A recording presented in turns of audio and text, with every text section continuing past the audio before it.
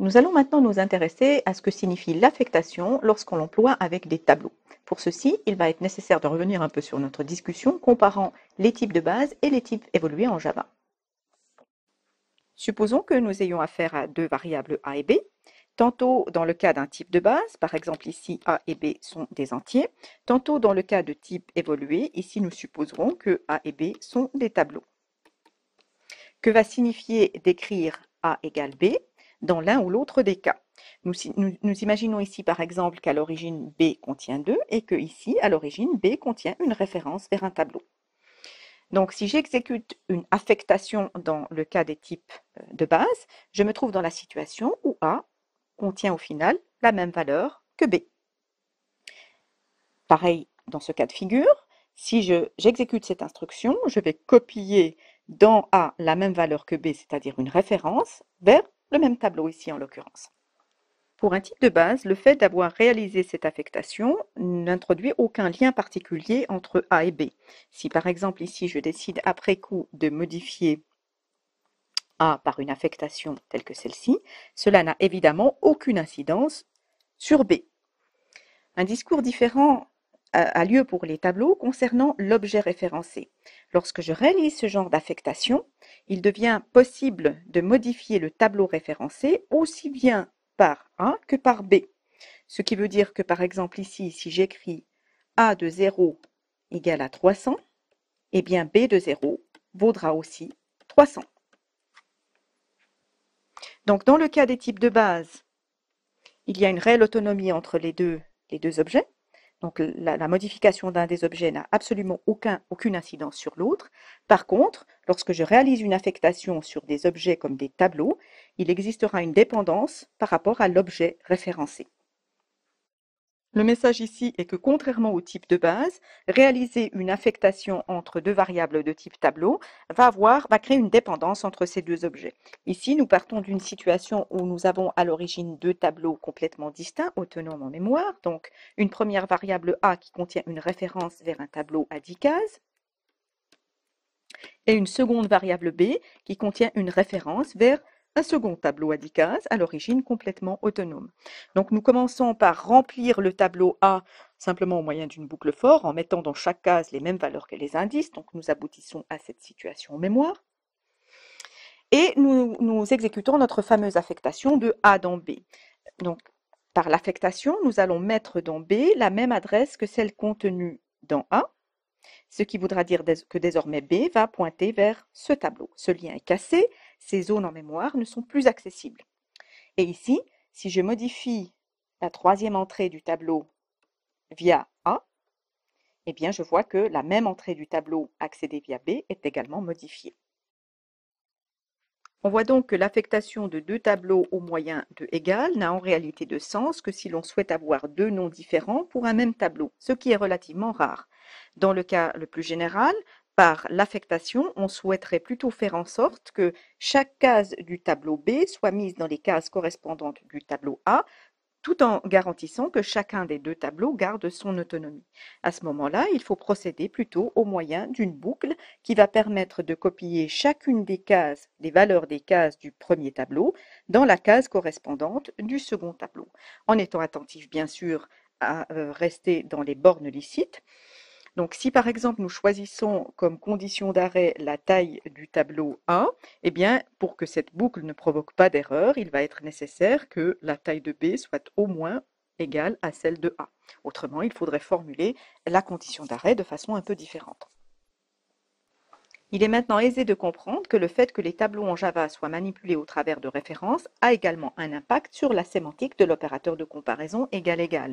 Si A et B sont deux tableaux, le fait de les comparer au moyen de égal-égal va bien évidemment comparer des références et non pas les contenus des tableaux. Donc ici, je suis dans la situation où j'ai A qui est un tableau donc qui contient une référence vers le tableau. Pareil pour B. Donc, A égale B ne retournera true que si effectivement la même référence est contenue dans les objets A et B. Donc ils pointent vers le même emplacement en mémoire, ce qui est évidemment le cas lorsqu'au préalable j'ai réalisé une affectation de cette nature. Donc l'opérateur égal appliqué au tableau ne teste en aucun cas l'égalité des contenus des tableaux pointés par A et B. Si l'on veut comparer les contenus, il faut, comme tout à l'heure pour l'affectation, procéder au moyen d'une itération. Donc, si l'on veut plutôt comparer le contenu de deux tableaux, il va falloir écrire un certain nombre d'instructions pour tester si c'est le cas ou pas. On peut commencer par exemple par tester si les tableaux sont de même longueur. Si ça n'est pas le cas, on est certain que les contenus ne sont pas identiques. On prend habituellement également la précaution de comparer les tableaux avec la référence particulière, le mot réservé particulier qui est nul. Nul est une valeur spéciale qui peut être affectée à un tableau et qui indique que le tableau ne référence rien du tout. On prend habituellement cette précaution aussi. Donc, si les tableaux ne référencent rien ou s'ils sont de tailles différentes, alors nous pouvons d'emblée dire que les contenus sont différents. Sinon, on peut supposer qu'éventuellement ils ont un même contenu, mais il va falloir le tester.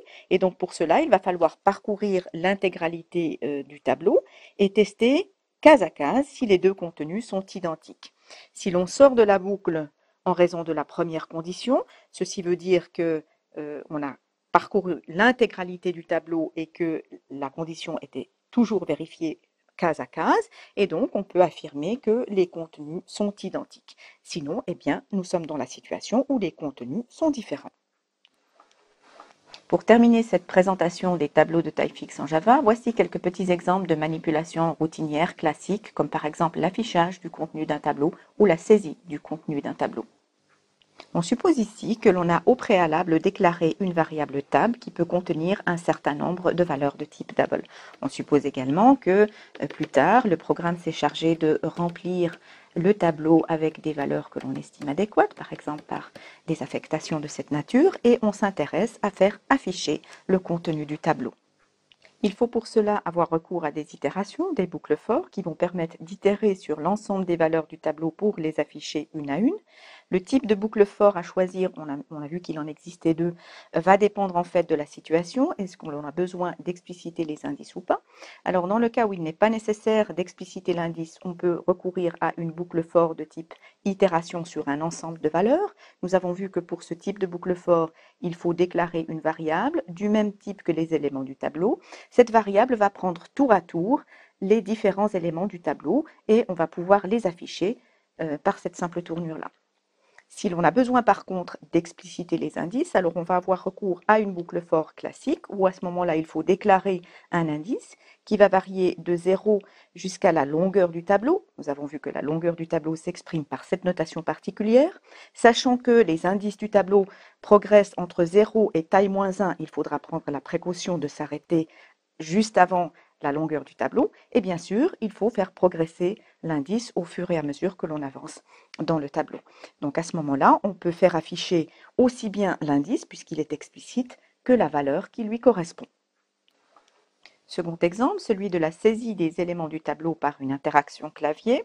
Nous avons vu que la boucle for de type itération sur un ensemble de valeurs ne permet pas de modifier le contenu du tableau et donc à ce moment-là, nous n'avons pas le choix. Il est absolument indispensable d'expliciter les indices en Java.